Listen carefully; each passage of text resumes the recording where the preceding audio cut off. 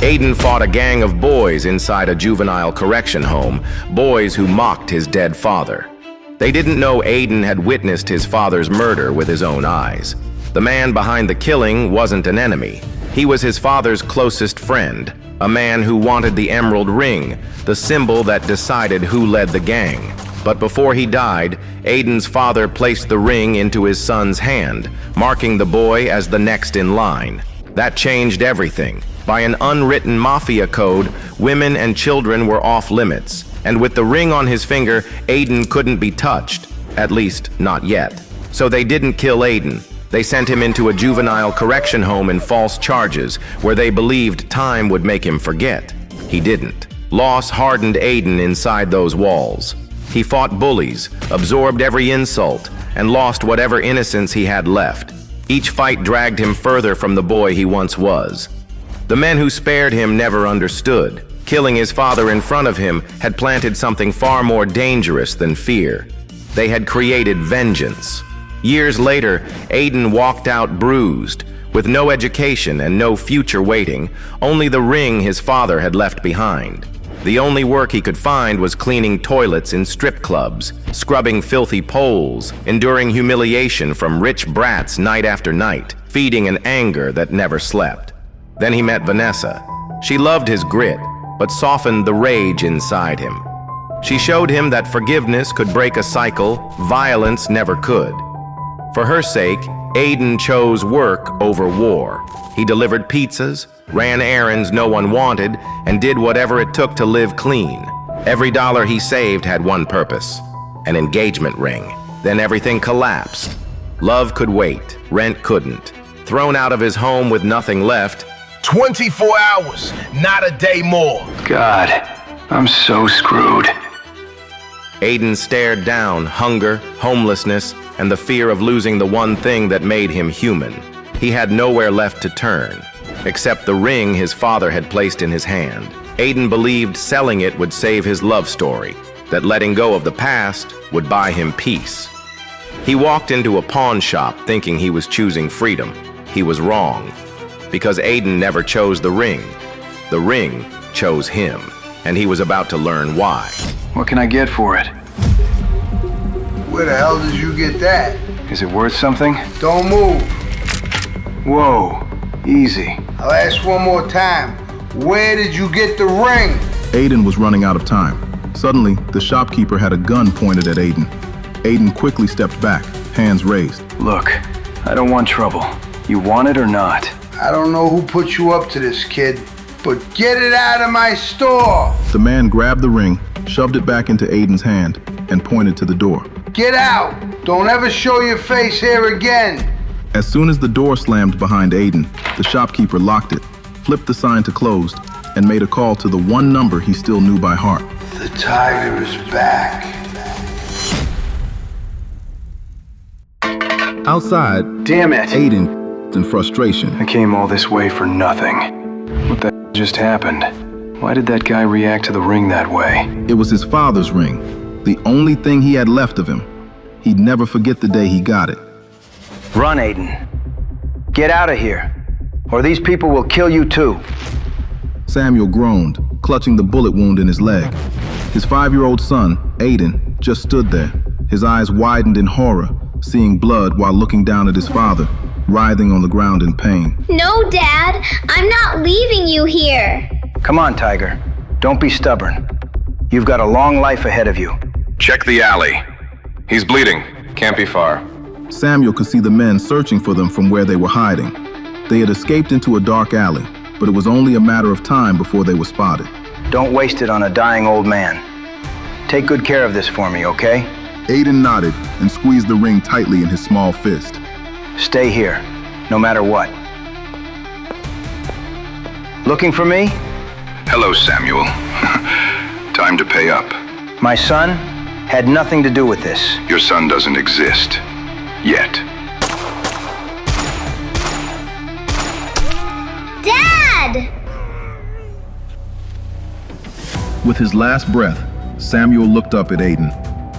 Remember, the face of the man who shot me, Tiger. Promise me, you'll make that pay. Dad! It had been one of the worst days of his life, and he still didn't know why his father was murdered. Orphaned at a young age, he had been on his own ever since. His life felt like an endless grind. Later that night, Aiden was on his hands and knees, scrubbing glitter and God knows what else off a stripper pole at the club where he worked. Yo, Cinderella! A voice barked above him. Aiden rolled his eyes, knowing who it was without looking up. Derek Branton, trust fund baby. Regular VIP who was arrogant as and obsessed with Aiden's girlfriend, Vanessa. Derek laughed as he poured out his drink on the floor at Aiden's feet.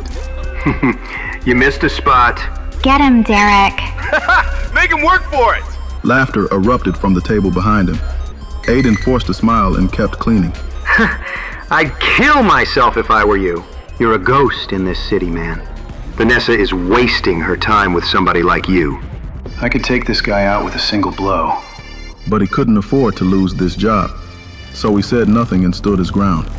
Got something to say? Derek was begging for a fight. Yeah, I didn't think so. Some people are born kings. Others were made to clean up after them. And Derek was right. Some people were born kings. Aiden was one of them. He just didn't know it yet. The next night, when Aiden reached Vanessa's apartment, loud music was coming from inside. That's weird. She didn't mention a birthday party. A few moments later, Vanessa answered the door in and obviously expensive new dress. Aiden was shocked to see that Vanessa's apartment was packed wall to wall with guests. He suddenly realized that everyone in the room was staring at him. He offered her the cupcake he spent the last of his money on. Happy birthday, Vanessa. Derek appeared in the doorway behind Vanessa. Why be with someone who can only afford to buy you a cupcake when I can buy you the whole bakery? Derek sneered. Then he leaned in and kissed Vanessa. Aiden's heart sank, while everyone else in the room laughed and cheered wildly. Derek and I are together now. It's over, Aiden. You can't afford me. Run along, loser. And then he grabbed the cupcake Aiden was holding and threw it at his head. But Aiden was quick. Then he lunged at Derek, and there was a loud crack. Derek looked down in shock as blood spattered onto his expensive suit. You broke my nose. You're going to regret that. Aiden grabbed a bottle of vodka and stormed out of the apartment, slamming the door shut behind him. Little did they know, Aiden would rise to become the most powerful man in the city. The next morning, Aiden was woken up by a hard slap across his face. Who are you? What have you done to me? I have no idea. Suddenly, the door to the hotel room burst open, and Harvey Stone stormed in, followed by Shane Stone, Ava's brother. Grandpa! It's not what it looks like. Please, let me explain. You know very well what my rules are, Ava. I was taking a big risk, tapping you to be the first female CEO of Stone Co. Your behavior is unacceptable. I expect you to withdraw your candidacy immediately. I don't remember anything. Neither do I. Exactly. You knew the stakes, yet you chose this anyway. There are no exceptions. Grandpa, please. Unless, marry him.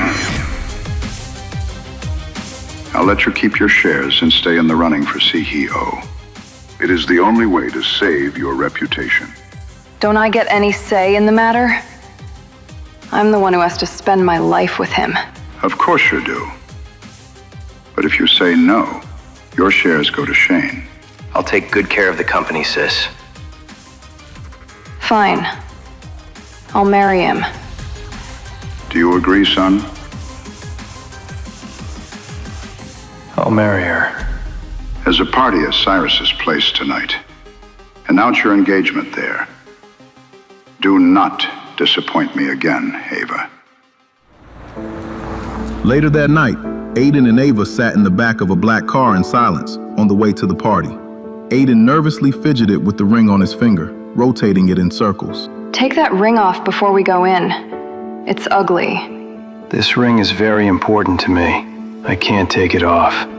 The only time I ever took it off, I got a gun pulled on me. Not doing that again. Ava rolled her eyes and didn't speak to Aiden again for the rest of the trip. As soon as they arrived at Cyrus's house, Aiden noticed that men carrying semi-automatic weapons were patrolling the grounds and flanking the entrance. What? Those guards, they're armed. So? Is your family tied to the mob?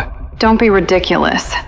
Aiden followed Ava into the house and was starstruck when he saw Ben Jameson across the room. Holy shit, Ben Jameson. Oh my God, he's my idol. He was one of the wealthiest, most powerful men in the city. A real estate mogul and finance genius. The man was a Chicago god. And then he heard a voice that made him want to punch a wall. Hey! What are you doing here, loser? It was Derek, Vanessa's new boyfriend. Want me to give you a fresh reminder of what happened last time? You got lucky. This time, I'm ready for you. What is going on here? This man snuck into your party, Cyrus. Cyrus suddenly noticed Aiden's ring, and his expression immediately changed. Come with me. Aiden looked around and realized he didn't have a choice. He followed Cyrus. Thanks for taking out the trash, Cyrus. Ava watched nervously as Aiden disappeared into Cyrus's office. Cyrus asked Aiden as soon as they were alone. Can I see that ring you're wearing? Why? What is going on with this ring? People are either obsessed with it or want nothing to do with it. Don't worry. I'm not going to steal it. I just want to see something. Please. Tiger, it's you. It's really you. I can't believe we finally found you. How do you know that name? 18 years. I didn't just know you, Father. We were business partners. The three of us built a billion-dollar empire together. In the photo, Aiden's father, Samuel, was standing next to a younger version of Cyrus, and a third man with a large scar on his face that Aiden didn't recognize, at least not at first. That scar. Suddenly, it all came back to Aiden. Hello, Samuel. Who is he? The man with the scar. That's Raymond Castor. He was our business partner. What business? The Tiger Group. The most powerful mafia syndicate in Chicago. My father ran the mafia? We control this city. Politicians, police, newspapers, everything. And it all belongs to you now. Your inheritance. You're the son of a mafia kingpin. It's in your blood. When your father died, Raymond took over. Then he died and passed control to his son, Maximilian. Do you know who killed my father? No, but we'll find out. Aiden turns back to the photo, and he studies Raymond's scarred face. Then his gaze shifts towards something which shocks him. A glass frame hanging beside the photo. This was your father's signature coat. He wore it to every important meeting. Samuel Callahan was unforgettable. We have bigger problems. Dominic Grayson runs a rival organization, and there's a spy in our group. A spy? Someone's feeding information to our enemies. That's why you need to keep your identity secret. Take this. Max is out of town, but when he returns, satisfied. We'll discuss getting you back in charge. This is your legacy. Time to take back what's yours. Promise me you'll lay low for now. I promise. Good. I'll be in contact soon. Aiden's heart aches, and he looks back for the last time just to see his father's smiling face. No, Dad, I'm not leaving you here. That night, Aiden found himself back in the dark alley where his father, Samuel, was killed. The distorted and blurred faces of the men attacking his father grew clearer. A man with a big scar running down the center of his face fired a gun right at Samuel. No! Aiden woke up, once again drenched in sweat. He relived the nightmare of his father's death every single night. Although this time, he knew the name of the man with the scar. Raymond Castor. Aiden was trying to piece everything together. He killed you, didn't he, Dad? Aiden wiped the sweat from his brow, and then he saw the time. Shit, I'm totally screwed. Sorry I'm late! I'm here! Aiden called out as he hurried through the front door where he worked. I overslept. Before he could even take 2 steps inside, Eric, Aiden's coworker, blocked his path. Don't worry, Aiden. I already took the liberty of telling the boss for you. You what? He wants to see you in his office. Thanks a lot, Eric. He slumped his shoulders and headed to the back room. When Aiden walked in, his boss, a large, imposing man, leaned back in his chair, grimacing. Get in here. Where have you been? I'm sorry, sir. I got caught up in something. I can't tell my boss the truth. I have to keep my identity a secret. That's your best excuse? Do you have any idea how behind we are on deliveries because of you? I'm sorry. It won't happen again. You're right. It won't happen again. Because you're fired. Get out. Are you going to leave quietly? Or do I need to ask my friends here to help? 2 armed thugs flanked the office door. He assessed the threat, weighing his chances. Okay, fine. But you owe me the rest of my pay for last week. Guys, show Aiden here to the curb. Come on, kid. Don't make this hard. Without even thinking, Aiden's instincts took over. Both thugs were lying unconscious on the ground. Okay, fine. Here's what I owe you for last week. Now get out of here. Sure thing, boss. Thanks for everything. Later that night, Looks like my delivery days are over. Aiden's phone rang. The words "unknown number" flashed across the screen. Hello? Aiden, it's me. Cyrus. I was beginning to think last night was just a dream. I assure you, Aiden, this is no dream. There's someone I want you to meet. He's going to help you become the Tiger. His name is Ben Jameson. Ben Jameson? Like, the Ben Jameson? The one and only. He's one of the most successful entrepreneurs of the last decade. He owns half the real estate in the city. No one gets elected in this town without his backing. That's right. He can help you take back what's rightfully yours. But heads up, Ben won't take orders without a little persuading. Meet us at the Sapphire Club tonight. Exclusive clubs in Chicago. They'll never let me in the front door. Don't be ridiculous. I own that club. Besides, you're the Tiger now. But I'm not the boss yet. Not officially. But once you get Ben Jameson on board, you'll be one step closer to reclaiming your legacy. Good point. I'll be there soon. Aiden stepped out of the cab in front of the Sapphire Club. He took a few steps forward toward the door, but a large bouncer placed his arm in front of him. Just where do you think you're going, man?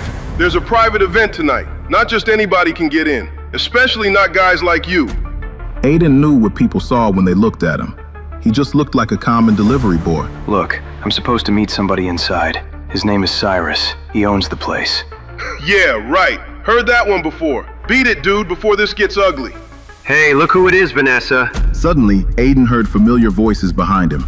It's your pathetic boyfriend. Shut up, Derek. He's not my boyfriend. We only went out a few times. Derek and Vanessa approached the entrance to the Sapphire Club, decked out in expensive clothes. Vanessa wore a tight red dress that showcased all of her curves, while Derek was clad in a bright white sports coat and a gold chain. Aiden felt his hands curling into fists as they got closer. Sorry, Derek, but the only pathetic person around here is you. You spoiled prick.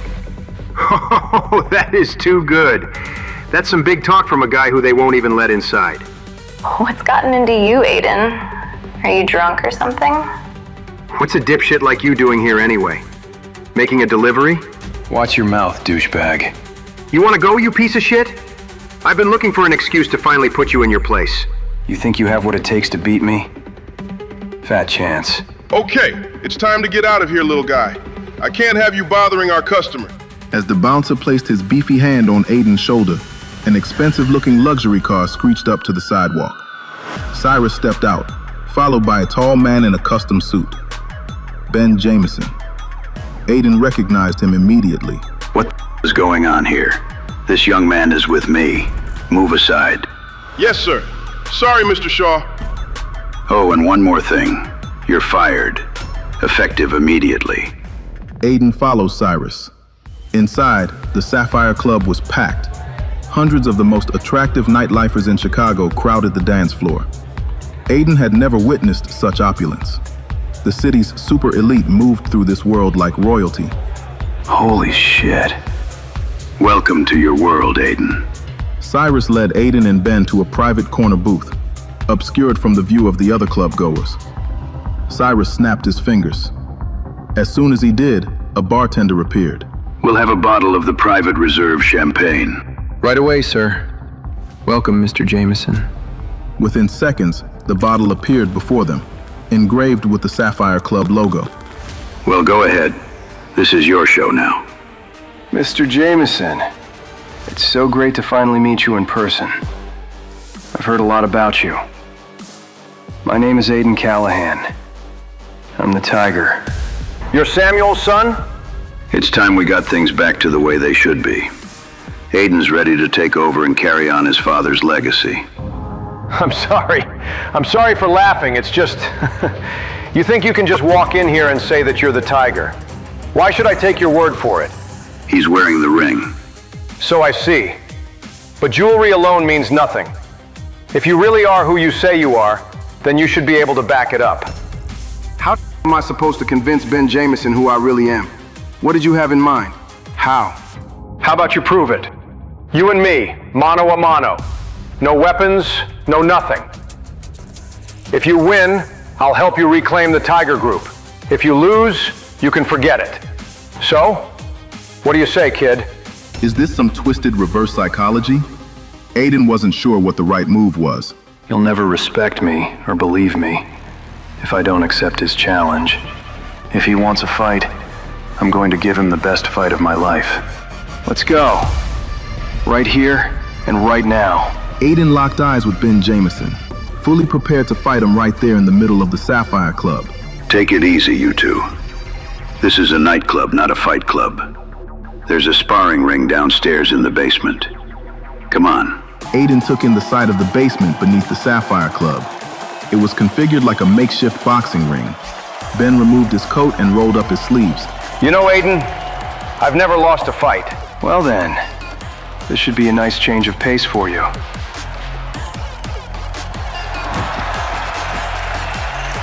Ben leapt over the ropes and paced around the makeshift ring, standing poised to attack underneath the lone light bulb.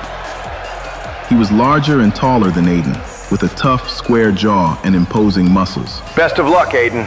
Thanks, but I don't need luck. I'm gonna make Ben Jameson regret challenging me to a fight, or I'll die trying. This is for you, Dad. Without wasting another second, Ben charged at Aiden. Aiden quickly ducked out of the way. Impressive. You know how to stay light on your feet.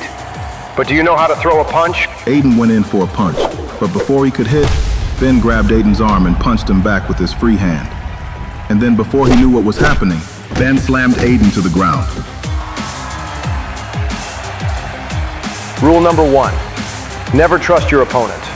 Aiden's strength was slipping, the edges of his vision blurring to black. Promise me, you'll make that pay. Aiden's eyes fluttered. You're finished, Callahan. But Aiden wasn't done. Not yet. He had a promise to keep. The fight went on. And it was exhausting. But Aiden could tell Ben was starting to lose steam.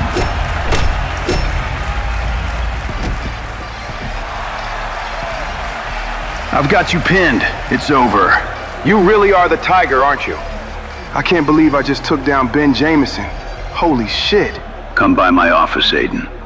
I have a new job for you. I heard you lost your old one. How did you know? We have eyes everywhere in the Tiger Group. Cyrus having me watched? Aiden couldn't shake the doubt from his mind all night, but that didn't stop him from going to Shaw Industries for his new job the next morning. Aiden heard a familiar voice and turned to see Ava's brother Shane and his cronies walking toward him. Well, well, well, look who's here. I almost didn't recognize you with clothes on. What are you doing here? Delivering bagels? Get out of my way. Where do you think you're going? Shane's men formed a line behind him, creating a barricade. Let me give you some friendly advice. You were born a poor loser, and the sooner you accept that, the easier your life is going to be. Just as Aiden was gearing up to punch him in the face, a beautiful woman approached them in a white blouse, black skirt, in heels. Aiden Callahan? Yes, that's me. Come with me, please. Shane and his men couldn't take their eyes off the woman as she walked directly toward them. Who is this woman? And what does she want with me? Before he could say anything, the woman put her finger to her lips and signaled him to follow her. Aiden followed the mystery woman inside the building. Did Cyrus send you to come get me? Aiden still had no clue who this woman was, but she had helped him get away from Shane and his men without having to start a bloodbath. You mean Mr. Shaw? That's what his employees call him. It might do you some good to remember that. I didn't mean any disrespect. He's an old friend of the family. The two of them were alone in an elevator, but the woman barely acknowledged him, rapidly texting on her phone. Well, she sure doesn't seem to like me very much. Is she judging me based on my appearance? When they reached the top floor, the woman led Aiden to a desk. What kind of role are you looking for? I would like something in senior management. The woman stared at Aiden in disbelief. We don't have any open senior management positions at the moment. Aiden didn't like the way this woman was speaking to him. What's your name? Rachel. Now you can either talk to Cyrus and find something suitable for me, or I will do it myself. I'll speak to Mr. Shaw as soon as he gets in.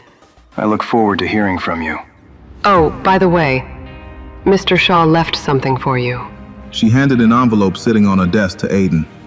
Inside the envelope was a check for $10,000 and a note. Here's some more cash to tide you over. Go to Broadway Bank. They'll take care of you. Good old Cyrus. When Aiden arrived at the bank, he slid the check Cyrus had given him under the glass. I'd like to cash a check. The teller, whose name badge identified him as Perry, wrinkled when he saw the amount of the check. Then he looked Aiden up and down. Nice try. Do you think I'm an idiot? There's no way this is real. He ripped the check up into tiny pieces. What the are you doing? Stop! Perry ignored him and waved over the security guard. Get this man out of here. He's trying to cash fake checks. One of them grabbed his shoulder. Don't touch me. What's going on here? He turned to see Ben Jameson. The security guards immediately stood at attention. I'll take care of this from here. Follow me. This bank is one of yours. It belongs to the Tiger Group. Come on. There's someone I want to introduce you to. When they entered the manager's office, the manager immediately jumped up from his desk. Ben, what a surprise. I wasn't expecting you today. Hello, David. Speaking of surprises, do you have any idea who this gentleman is? No idea. Then his eyes caught on Aiden's ring. Oh my God. Are you the Tiger? Aiden remained silent, not sure how to react. David is one of our captains. You can trust him. Nice to meet you, David. How long have you been back? Where were you all these years? What can I do for you? Take it easy, David. No one else can know he's here. He's operating behind the scenes until Maximilian gets back. Understood. You can't be too careful these days, especially with a spy inside our ranks. You know about the spy? Of course. All of the captains know. Anyway, now that you're back, please let me know if there's ever anything I can do for you, Tiger. There is one thing I could use your help with. Meanwhile, on the other side of Chicago, Dominic Grayson was lounging by a pool wearing nothing but a Speedo, dark sunglasses, and a silver chain around his neck. One of his men came running out of the house. Sir, we have just received word that the Tiger has returned. Dominic calmly lit a cigar with a smile. Having someone on the inside of the Tiger Group is proving very useful. What should we do, sir? Figure out who the Tiger is and kill him. After getting a brand new car, courtesy of Ben Jameson, Aiden was on his way to Sapphire Club for lunch when he drove past Club Kane. Dominic Grayson owns that club. That place has to be swarming with his thugs. Not a good idea to stop there. Actually, this might be a good chance to gather some intel on the enemy. If I'm going to take Dominic out, I'm going to need to know his weaknesses. Club Kane it is. Aiden parked outside. Club Kane was owned by Dominic Grayson, the second most powerful mob boss in Chicago. Having lunch here will be the perfect way to take a look around without being noticed. It's dangerous, but it might be worth the risk to learn more about Dominic and his gang. Hello? I heard you had an interesting day, Tiger. You could say that. Cyrus always seems to know what I'm doing and where I've been. Does he have somebody following for security purposes, or because he's keeping an eye on me? Thank you, Cyrus. For everything. It's only what you deserve. Speaking of which, I found the perfect job for you at SafeTech. I thought I was going to be working at Shaw Industries. With you. I realized it's probably better if we don't work too closely together. I can't trust anyone these days. So, I'm assuming the Tiger Group has spies too. Of course. While Dominic spies on us, we spy on Dominic. In this deadly game of chess we're playing, information is priceless. I'm beginning to understand that. Just make sure you're being smart. Don't do anything stupid and blow your cover. I'll be careful, Cyrus. Always. Aiden put his ring in his pocket and entered Club Kane. The scale of the space was impressive. Aiden noticed that a lot of the clientele were carrying weapons in their suit pockets. I've got to watch my step around here. Everybody in here is armed. There's a rumor going around that the Tiger's alive, and he's back in Chicago. Well, even if that's true, he's certainly no match for Dominic Grayson. Aiden cocked his head to one side, trying to eavesdrop on their conversation. But don't you think we should try to find him? Shut up, Johnny. We should do nothing. The Tiger isn't going to change anything. You can't even compare the Tiger to Dominic.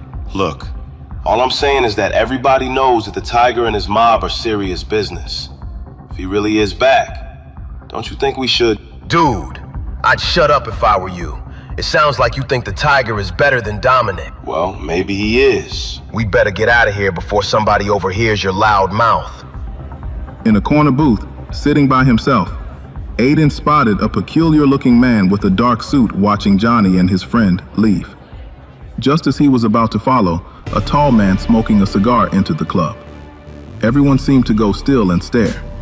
That must be Dominic Grayson, my mortal enemy. Dominic walked toward the back of the club with another man at his side. Aiden made his way through the club, trying to keep a low profile. He was getting close to Dominic now, but he still could not hear what he was saying. Suddenly, the sound of a woman's high heels echoed behind him as a woman in a pencil skirt and white blouse crossed the room and walked up to Dominic. Wait a minute. I know her. That's Rachel. What the hell is Cyrus's secretary doing here? Did Cyrus send her here? Or is she doing this behind his back? Dominic led Rachel and the other man into one of the back rooms. Aiden had come this far. He was too close to give up and too stubborn to let it go. Dominic, Rachel, and the other man disappeared through a swinging door with a circular window. Aiden was staring at a gold mine of information. Could Rachel be the spy threatening the Tiger Group? He slipped in behind her, fingers reaching for his phone to capture proof for Cyrus. But before he could even pull it from his pocket, cold metal pressed to his skull. Move an inch and you're dead. Who's holding the gun, and did Aiden just walk into his own execution? Is Rachel the spy inside the Tiger Group, or is Cyrus pulling the strings from the shadows? What if Samuel Callahan didn't die by chance, but was sold out by his own men? Was Aiden's whole life, the poverty, the ring, the betrayals, for nothing as he stared down a gun at point-blank range? Aiden's fears won't stay unanswered for long. In the episodes ahead, he learns one brutal truth. His father's legacy can't be inherited. It has to be earned in fire. Every step Aiden takes deeper into the mafia world puts a target on his back, and on everyone he loves, from the men who killed his father to the ones waiting to finish him. One wrong move, one wrong ally, and his rise ends in blood. This isn't just about Aiden's survival, it's about revenge and the throne his father died for. Download now to discover how Aiden Callahan fights his way through the mafia underworld, where every choice could cost him everything he loves. The Godfather's son, where buried secrets demand blood. Don't wait. Aiden's future and the throne his father died for hang on the next decision. Download the Pocket FM app in the next 1 minute to get free access to the first 10 episodes of The Godfather's Son for free. Hurry before the offer disappears. Install Pocket FM app and enjoy free episodes now.